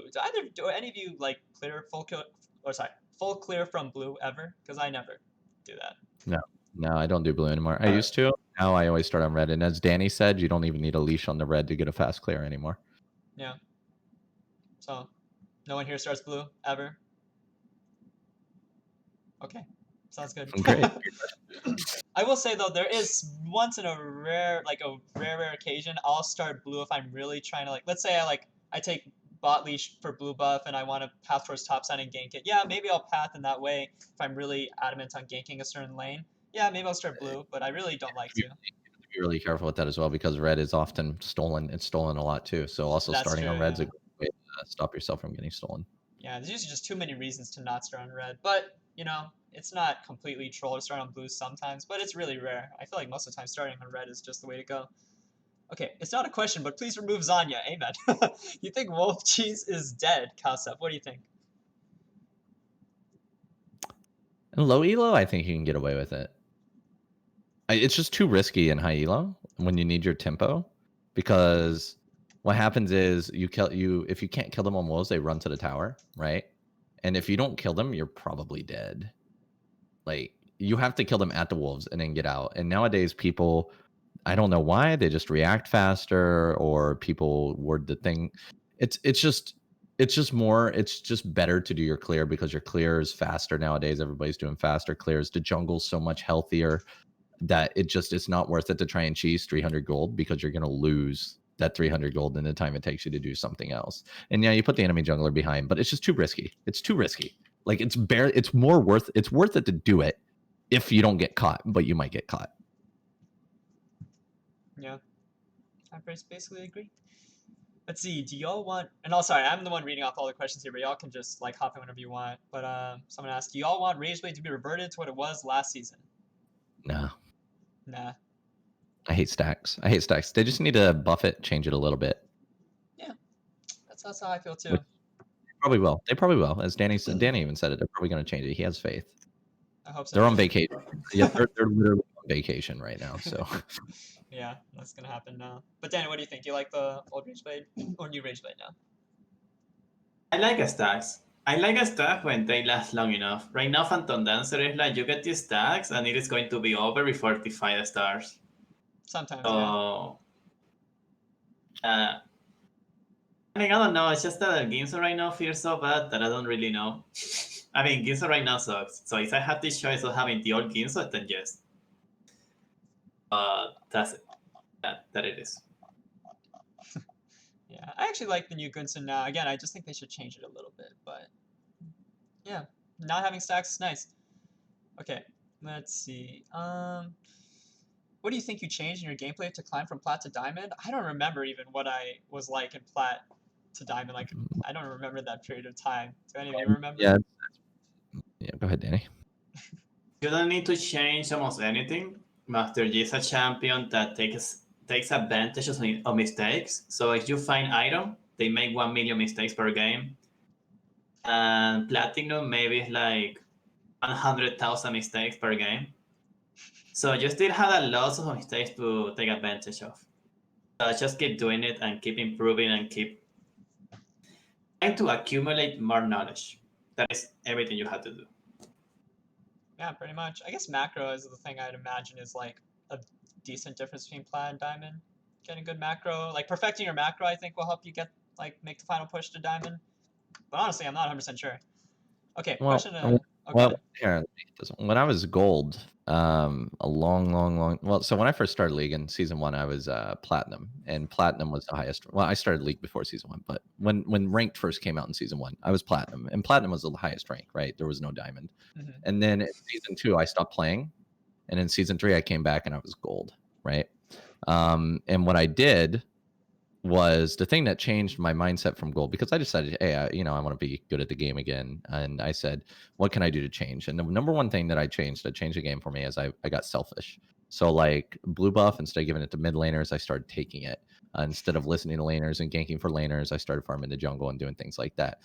And it's kind of ironic because nowadays I'm like, I got to give the blue to mid or he goes AFK, so I have to do it now, right? But actually, I don't really have to do that nowadays. That was last season, but they're good now. So the thing that I have for like a gold player is that you got to be selfish about what you're doing to get yourself to go up, right? And as you get higher elo, like there's a point where that flips, where I talked about that earlier, where you have to freeze the waves for your laners instead of taxing them, or maybe give a kill to your 80 carry instead of taking it yourself, because there comes a certain point where you can no longer solo carry the game. And in my opinion, that's from platinum, because you see Yi's win rate in platinum is 50%, because that's where the strategy of being selfish and greedy starts to really fall off. Because now if your bot lane does poorly, you're playing against these really fed players and you can't kill them all anymore, right? Like Master Yi does not kill them all. So you're fairly reliant on your team. And the way that you used to tackle this as a platinum player is that you would go top lane and you just split push with Gunzus and kill whoever comes and kills you, right? Because you could handle 2 or 3 people alone. You could outplay them. And in my opinion, that's one of the things that made a good G player, was learning how to mechanically outplay 1 or 2 people, right? You would just always split push top, and you would learn over time what you could win or what you couldn't win.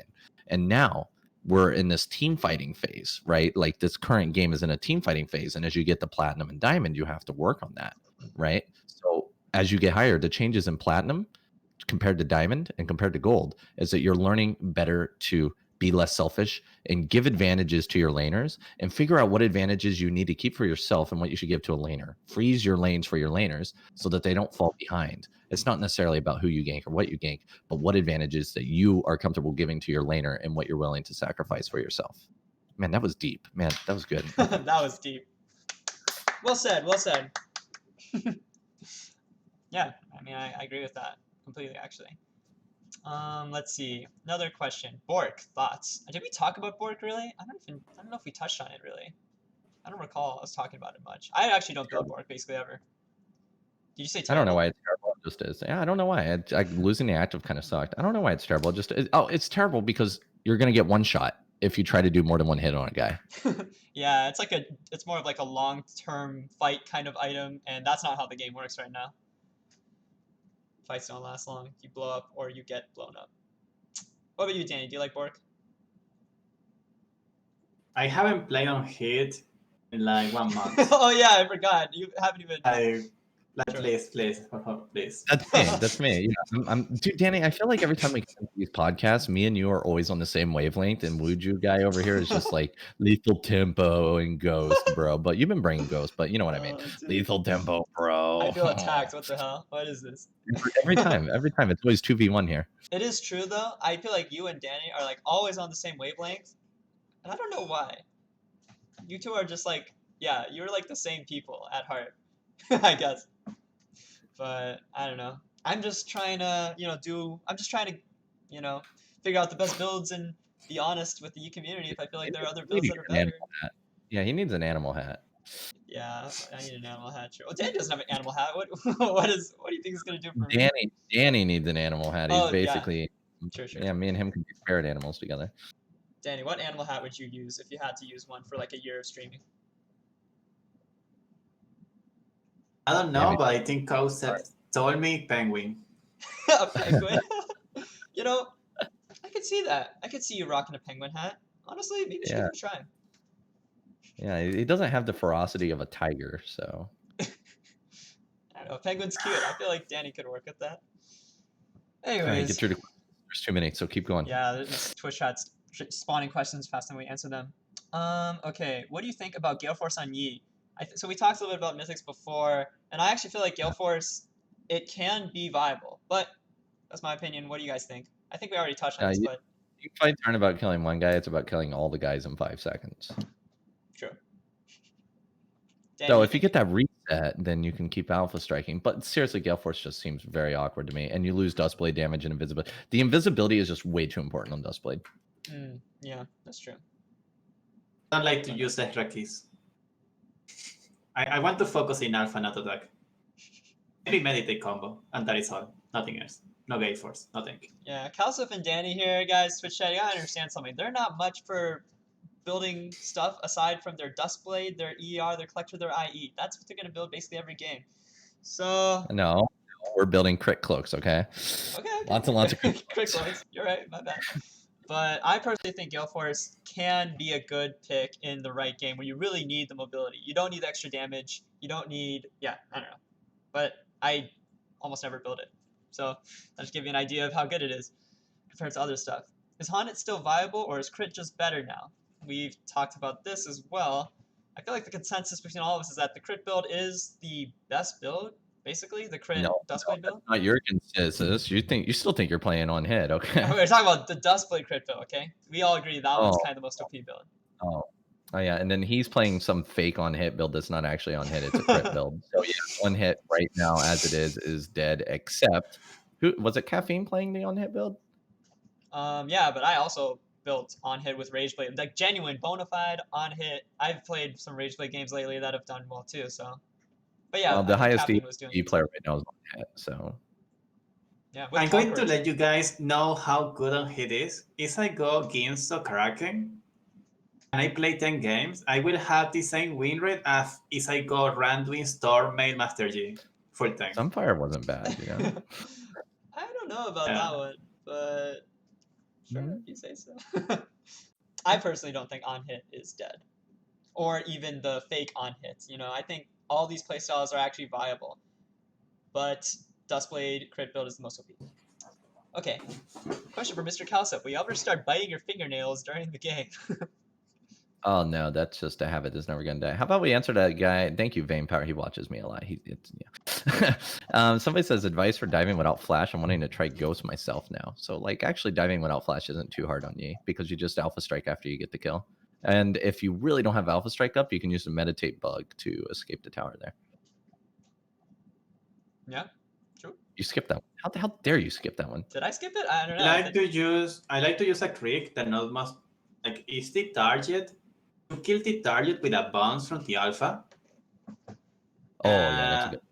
Then you can cancel the aggro even if you don't have anyone to help you with it. That's true, yeah.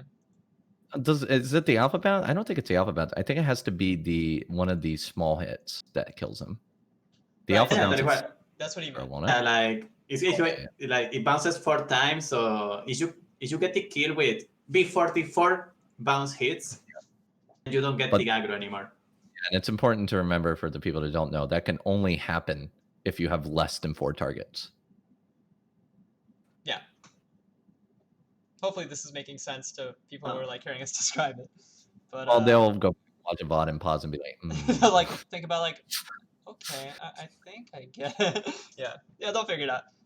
Why think the tempo over Conqueror now? So again, this is just my opinion. The highest elo E right now, the US guy, he's taking Conqueror. So it's not like Conqueror's dead, but just this is all of us can only speak from our experiences. My experience, Lethal Tempo feels way better than Conqueror because the game is more explosive now. You don't get time to like ramp up Conqueror and do damage over time. You get a lot of AD from your build already from just like Kraken and all the items you get. So the AD from Conqueror is not as important, and Conqueror healing got nerfed. So Lethal Tempo, especially with Kraken, just getting a lot of attacks off and lots of Kraken procs off, it just works so well right now. That's my opinion. Maybe you think I am the Lethal Tempo salesman. Call me LS. But I think it's legit. Cowsep's gonna have to try it, okay? And then you'll see. I'm not BSing. It doesn't sound terrible. I mean, you're basically getting like 60 extra true damage per hit. I think it's more than that. No, like your Kraken's doing like 180 damage, right? With the procs, yeah, they'll do like something like 100. Yeah, and it takes 3 hits, so 180 divided by 60 is 60 per hit. I see what you're saying. Yeah. And no Gunju Rageblade synergy, so but you do get that double strike synergy. Yeah, I think in games where the enemy isn't all squishies, it's a good build. Anyway, with I don't know. No one else is gonna give any thoughts on Lethal Tempo. I'm the only guy who does that, so that's why I like Lethal Tempo. Somebody wants to know about the Wits End. If it was reverted, would it be better? Would on hit be better? I mean, it's not going to happen anyway, so no real point to really theorize about it. But yeah, I mean, of course, on hit would be better with the old Wits End. The new one is situationally decent, I think.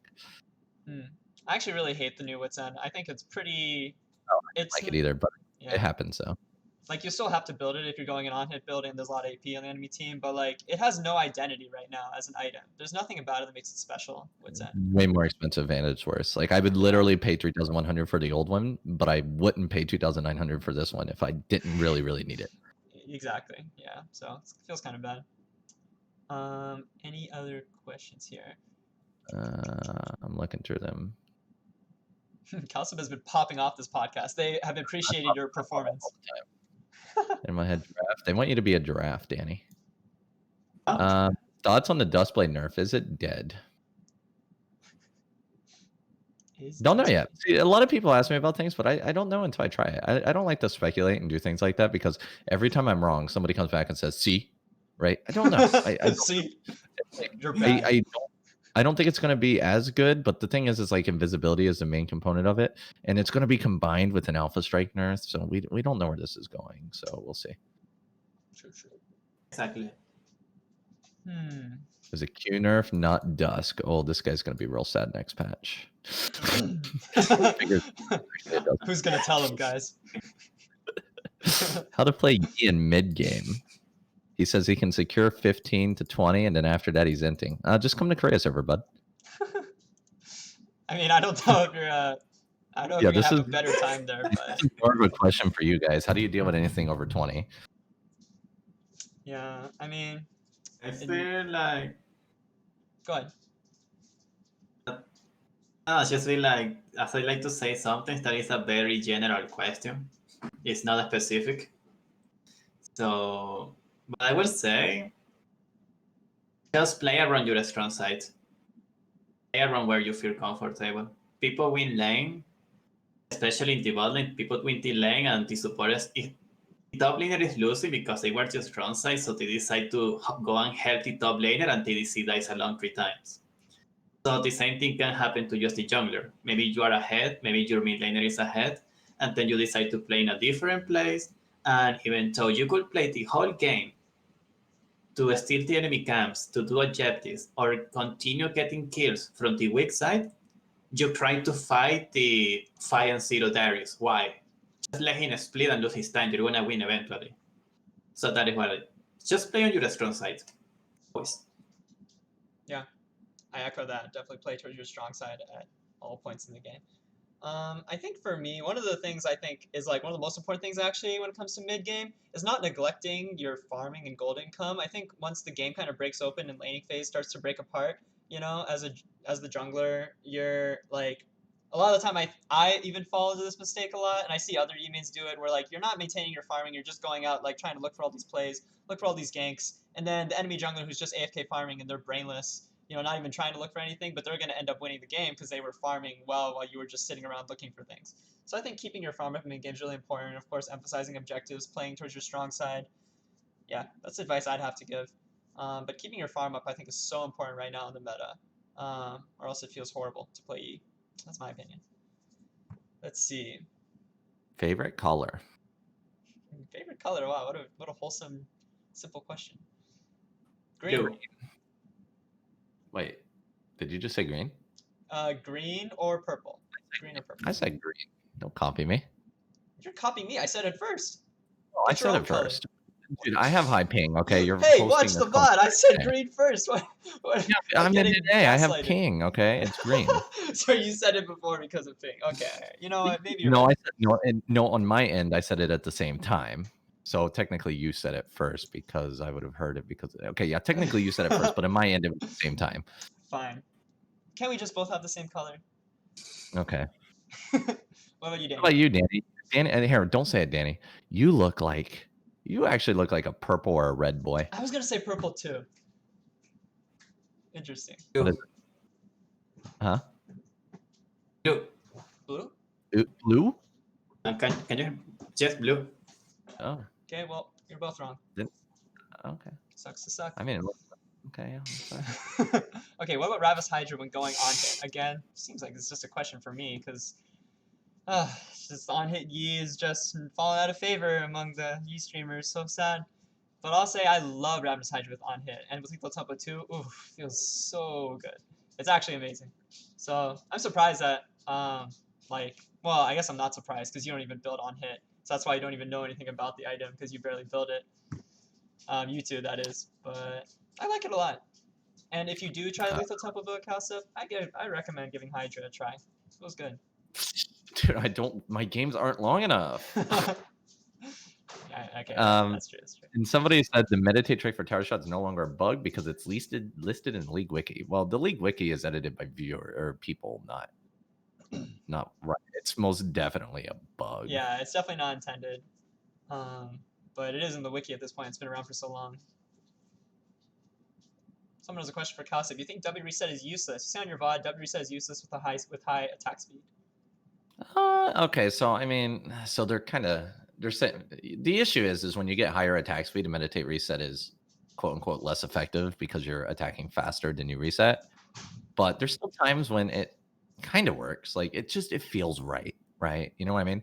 I mean, this might be a good one for Wuju because he actually goes over the attack speed cap, right? So maybe you can answer this one. Yeah, I mean, I think the W reset, I would definitely not say it's useless. And especially when you have something like, if you have something that stacks like PD, the W reset can be nice like to start, not like after you've already got your lethal tempo going, but like to get your stacks faster. If that was like season 10 or not even bad then as well, because you don't want to use your meditate until after you get the auto attack that allows you to reset, right? And the thing is when you're slow attack speed, you can't control when you use your meditate as well, so it's harder to block damage. But when you're like higher attack speed, you can use your meditate as a reset to get a little bit faster. It's very, very minor, and you can block damage at the same time, and it looks really cool. It does look really cool. Honestly, when you're playing with like something like lethal tempo or on hit Yi, you're already attacking fast a lot. If you get that auto attack reset in, it is like a kind of a small difference, but you feel really cool and like you're actually good at Yi. And it's a lot easier to time it with damage because you have so many auto attacks that there's more of a window of opportunity there. Oh yeah, I guess that's true. So I don't know if that was a good answer to your question, but all right. Oh no, it's fine. Tank wards versus faster items. Faster items. This one, me and Danny are going to disagree on. Faster items. No boots, no paint cords, no pots. And he's like, but what if the enemy comes into my jungle and I need to vertical jungle? Well, the game's over then, Danny. Okay, the game's over. And fountain. Okay, let's be honest, Cowsep. Let's be honest. You don't look at the minimap. I don't. Exactly. Right there we have it. Right there we have it. There's a key difference. Yeah. Exposed. I can literally be sitting there killing raptors while a giant ass wave is crashing into my mid turret, and I'm just looking at chat like, yeah, yesterday, I went to the dentist and my mid later pinging the wave. Yep, that's me. He's probably like complaining in your chat about like, yeah, it's like Yi just feels so weak this season. I feel like I get no farm, and like the mid lane's just crashing right there. Yeah, about right. Classic. You should probably get a pink though. I think pink wards will win you games, but you should be very careful to buy too many pinks in a game, which is a mistake I used to make. I think you just want to make sure they don't see you place them, and you want to put them in good spots. Like the thing is when your pink ward spots somebody, it's going to die. You should feel that way about your pink. So put it in a spot where you want to see them, but it's not likely to get seen. Yeah. It's good to have info on your bot side jungle. Like for example, Danny places it on his top side, right? He might not get, or his bot side, wherever, the opposite of where he starts, right? Because he's not likely to see somebody, but if he does see somebody, it's high value immediately compared to putting it in the pixel bush. You see pink wards in pixel bushes a lot, right? And if you put that in a pixel bush when the support's roaming, it's going to instantly die and give you no value. So you want to make sure you put it in a not very high populated area, but if you see somebody there, it gives you high value. Yep, I agree. Dan, you want to say anything on that before we move on? I think I already say what I had to say. Yeah, you can go watch the VOD. He talked about pink wards. Okay, is Sunfire dead on Yi? I don't like Sunfire build. I know you two liked it. I think it's not as good as the other ones. It's not bad. I don't think it's like great, but it's kind of fun. Yeah, it's fun, but like also losing isn't fun. So in your ranked games, it might not be fun. If you think you think it's unfun, you're losing 50% of the time. Are you not having fun 50% of the time? Then why are you playing this game? Bad mindset, Wuju. Bad mindset. Right, I like Dan's mindset a lot more. He plays it out of whether he wins or loses. He goes through with it and he enjoys the game. Yeah. Not bad. What I would like to say is that if you got tank, you actually had a good chance of winning. Master Yi tank is not bad in any way. You can actually play 20 games as tank, and if you play it well, you can actually win half of the games. If you play it well. You do it well. So this shows. Sounds okay. So right now, I'm in this mood of I want to one-shot people. I want to make pentakills. I want to get clips. So I just go create every game because I can one-shot EDC every game. So I don't really care about the enemy comp. I can just go for the carries every game. But if you see a team with full AD, you can go Gauntlet or Sunfire. It doesn't really matter much the team, Gauntlet or Sunfire. And then go like Death Dance, Death Mans, Randwin, Stormmail, Tabis. And trust me, you're gonna have fun. These are the easiest games. Like I don't do it because I want to carry 1v9. But trust me, if you see full AD team, 100% AD team, you can go Sunfire and full armor. You are gonna have like 80% chance of winning. And that is actually free elo. That is not risky. So yeah. Interesting. Maybe I was too dismissive of Sunfire. Maybe I should give it another try in my next. I mean, but it gives hybrid resistance. Not great, but it's okay. Yeah, I mean, I don't know. Maybe I'll just try to have some fun like these two, and how to win early game without lane prio. Well, typically I just rage, and I usually lose those games. So. So yeah. Anybody else want to chime in on no lane prio? I mean, there is something about lane prio. If you had lane prio, you had to try to take advantage of it by doing scuttles, invading, diving. But if you don't have lane prio, that is when you try to gank. Or, yeah, you try to gank. But not always. The Master Yi especially, you don't have to do it. Or avoid just people. Farming. Like, that's actually one of those times when you might start on blue buff, is to go to the opposite side of the scuttle. So, like, if you're on a blue team and you know that Olaf is there, right? you're not going to contest Scuttle from Olaf, right? Even if you kind of have some lane prio, they're going to 3v3 you and you lose, right? So you start on blue buff and then you get bot side crab if all you're interested in is getting that extra gold, right? I think a blue side blue buff is actually fine if you know that you're going to lose to crab and you don't have lane priority. True. Yeah. Indeed, yeah. But red side blue buff is dangerous because they typically take that red buff if you're on blue side or on red side. But blue side, they'll never take your red buff. I mean, it's I know for a fact where the enemy jungler is going to appear. I can, as soon as I finish the blue Danijrm, I can just go for the other Scuttle, or I can extra recall. I don't actually need to change the pathing because of that. I like it. More power to you. I kind of agree with Cowsep on that. If I know I'm playing a game with like Vlad top, Kassadin mid, Kaisa bot, just like lanes with they're not gonna have any prio early game, I will try to path to like avoid the enemy jungler to get the crab, and just like in general try to like plan for a playstyle that's gonna be more like safe and conservative and doesn't require me to like stick my head out as much. And yeah, I mean, but I guess the idea is that like in those kind of games, even with no lane prio, the jungler is going to be on one side of the map. You can always play around. If you track the jungler, you can always play to like be on the other side of the map that he's not at and take like counter jungle or gank that lane or whatever. So I don't know. Like basically, I just play safer. But it's not like you have to just like roll over and lose the game without lane prio. Hopefully that makes sense. Okay. Thoughts on Hail of Blades Eclipse with second item Bramble? Yeah, we were gonna work on that at some point. Yeah, I mean, I'm gonna try that one out later. The guy surfing in Diamond 1 or something. Yeah, I mean, must be good. I think all of us should learn from him, honestly. Somebody's asking about a 3 losing lane scenario, and you guys may disagree with me on this one. I might have been in Korea too long, but I just FF15 on those. Cowsep always has such words of wisdom. To these questions. You gotta remember, you can't win every game, and in the current season, remember, you gotta have fun with the game, right? And to you guys, you seem to only have fun winning. I don't know what the hell's wrong with you, so you should be listening to my advice.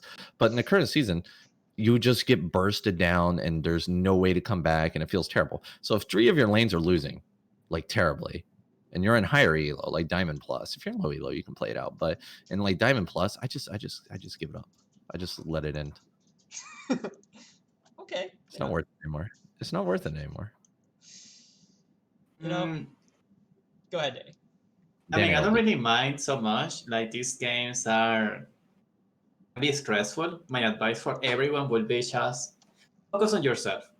There is nothing worse than losing a game and being like, an ally has been slain, an ally has been slain. And every time you sit there, you get tilted. Don't pay attention. Be like Cowsep. Like, he plays the game and he looks at Twitch and he's playing with the cat. He doesn't even notice what is happening in the game. So try to play your game and focus on something else. Maybe your own self. What can you do so you don't get stressed and you actually There's a big problem with that, though, Danny. And you know it. Okay. What happens when you're playing on Brazil server? How do you focus on yourself after you have 3 losing lanes and one of them goes AFK at 7 minutes in? What do you do then? I mean, I think it is very different to talk about losing lanes and talk about people hard griefing. Well, because losers and lanes tend to hard grief. Like if you're in a 3 losing lane game, is it not this way for you guys? Like when I'm in a 3 losing lane game, it's pretty much they're going to go AFK. One guy's going to go AFK. And then what do I do for the next 15 minutes? How can I not be angry about that? It depends. It really depends. I mean, when I say 3 losing lanes, I mean losing lanes that actually continue to play the game. No? Does that happen? I mean, at least does that happen? Yes, it happens. I had a team. I think I had the picture on Twitter. You can see it on my last tweets. But I had a team. I had my bot lane 40 deaths, my mid laner 10 deaths, my top laner 15 deaths, and somehow I won the game because I was going crit. The enemy team just did a stupid engage, and I got my first top lane invis right off the bat. But my alpha bones did like 1,000 damage to all the others. And then I alpha again, and then when I noticed everyone was dead, and I got a pentakill, and we were like down 25 kills. Were you playing against like all squishies though? Huh? Were you playing against squishies? I was squishes. I don't remember very well, but let me see if I got. Well, let me have, tell you, if like- you're playing against squishies, then YOLO, try the best you can do. You 4v5 that shit. Master Yi can actually totally dominate squishy games now. If I'm against tanks, I'm AFK though. I mean, let me send you the picture. Let me send you Alright. the picture right here. Where I'm gonna send it on the. Okay, Right there. okay, here we go. Here it is. Here it is. Start the Wait. pictures. Play the fucking game that you decided to queue into. I mean, they're pretty squishy, but you're against a Kali, so I probably would have AFK'd that. So well done. I would have AFK'd that one. I mean, they have Rek'Sai. Well, Rek'Sai didn't build any tanky until he got his GA, right? I can't see his 5th item. That looks like a pot. He has a short knight. Davis. Oh, no, that's kind of annoying. Yeah, I don't know. It seems okay to me. Anyway, Yeah. We can move I on mean, to the the other next game, question. my bot lane was inting a little bit too hard, but it doesn't really bother. A little bit too hard. let's see. Okay, we already answered that one. Can Yi carry from behind or with a fed enemy team like in Season 10? What do you guys think? Yeah, I think he can. One team fight. One team fight. That's all he needs. I agree. I think you can. And even like Danny said, if you actually manage to somehow, as 3 losing lanes, if you make it to 40 minutes, one team fight and you win the game. That's all you need is one team fight to pop off. You get that reset. If you get 2 resets, you won automatically. If you get that first reset, you're looking pretty good. Exactly, yeah. Grid right now is kind of fun in that sense. You need to wait for the mistake. It makes such great Always. such great clips. I noticed, I had started to notice that if you have 6 items, you don't have to wait. You press alpha and that person is dead. As long as it's a squishy. You actually don't need to wait. Yeah. I mean, it doesn't really have to be a 100%. I mean, Bane with the shield from shield bow and Velociraptor, I press alpha, she's dead. Yeah, that's what I was saying about shield bow. You don't even see the shield. It's such a fucking worthless item in the current season. Like Graves walks up and auto attacks you, and your shield bow instantly pops, and he auto attacks you again, and you die. Like, what's the point? But if the enemy team has a bar or a crash and they got like 70% HP and they're like, oh, I'm so annoying, just press alpha, that person is dead. Do not think about it twice. Yeah. It's kind of nice. Honestly, I think it's OP. I think it's too strong. But, you know. Okay, what do you think of Alpha Strike being able to apply Wuju style true damage? It's kind of like a. I'm not sure if that would ever happen, but. That sounds like fun, but it would be really, really like that was more of a thing that should have happened last season, right? Like this season, no. Like Wuju style should apply on hits. Yeah, I don't think. Yeah, Alpha Strike, yeah. I'll say I don't feel like that really makes sense, but. Yeah. Well, when you're Alpha Striking, you're auto attacking them in Alpha. Like when you like literally Alpha Strike gives you what 100% base AD, right? You're literally auto attacking them in Alpha. Yeah, I think it's even like 110%. Okay, but yeah. so let's try to make this question a little bit better. Imagine if you Alpha Strike and every bounce is going to apply on hit effects. That'd be so much fun. That's like It'd be like a Katarina. Warwick. Katarina's It's a like literally that mini Warwick. Yeah, That'd be so good. that would be. I feel like that would be kind of OP. But that is the ultimate concept. That is the ultimate. Well, you know, if you want to pull the ultimate thing in here, some of the new champions have abilities that are literally ultimates of old champions. I can't remember who. There's like Samira who has like a somebody- Katarina ultimate. Who? Samira has a Katarina ultimate. Yeah, and yeah. Literally has a Katarina ultimate that she can move and shoot during. Yeah, sounds balanced. Yeah, there you go. There's an alternate ability, right?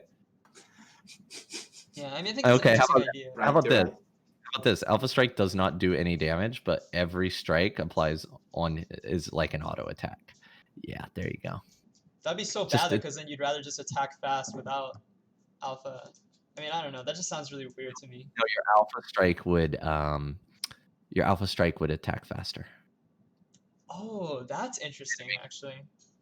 Yeah, and it makes you invulnerable, right? Napori le da el tempo Phantom Dancer. Maybe Okay. Alpha Strike does more bounces based on your attack speed. That would be so interesting. Yeah, it's like 0.8 seconds, but if you have a certain amount of attack speed, it'll like bounce more times and do more on-hit effects. Yeah, like Alpha Strike bounces is double Wait. your attack speed or something. Wait. So are we talking about the Fiora pre-work? Yeah, it's like Well, that's That the sounds same Fiora all exactly the time. like the Fiora Fiora pre-work. literally only did. Wait, how did Fiora's old one work? It didn't scale with attack speed, did it?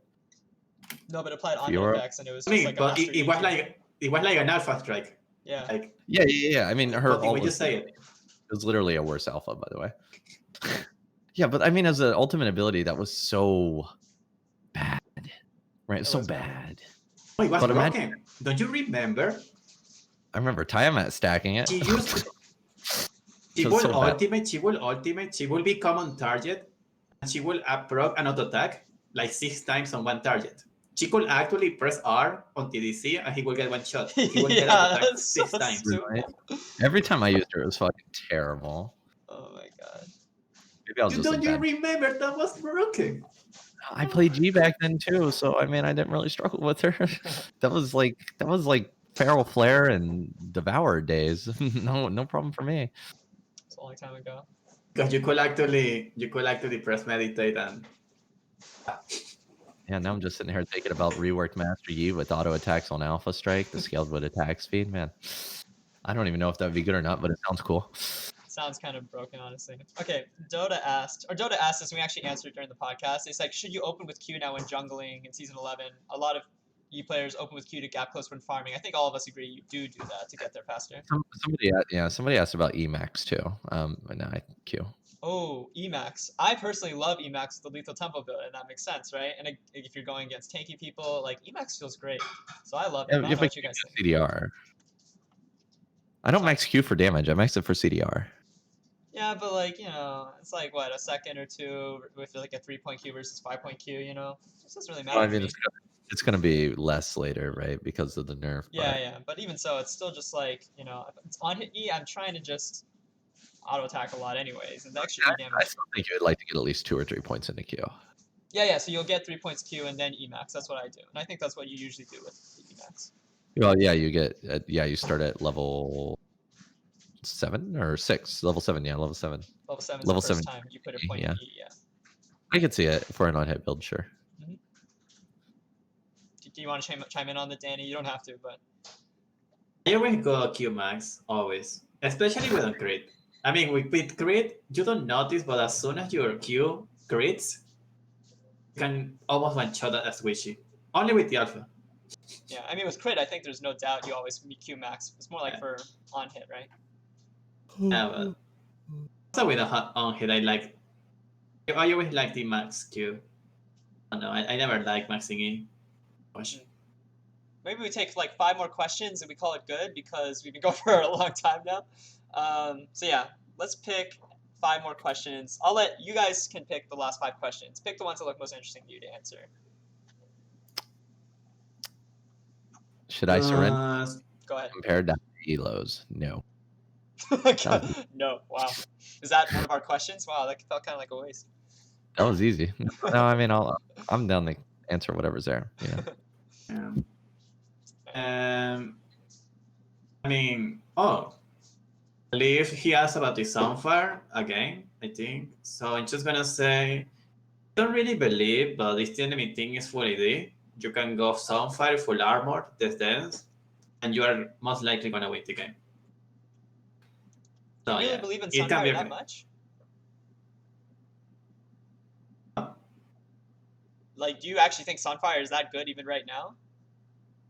I mean, I don't say you have to play it every game. I'm just saying if the enemy thing is full AD, it's like free elo.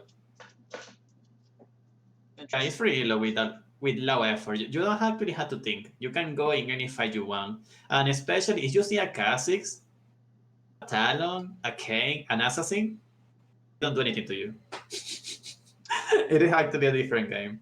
Okay, but the thing is, I think Sunfire gives 35 armor, 35 MR. It's actually a dual resistance item now. I don't know if you knew that. Like I mean, did for a while. almost every team that is full AD has some magic damage from somewhere. And when I say full AD, they could have a bar, and it doesn't really matter. It's not really a waste. And at the end of the day, you got this man, Randuin, Storm, Tavis, Dance.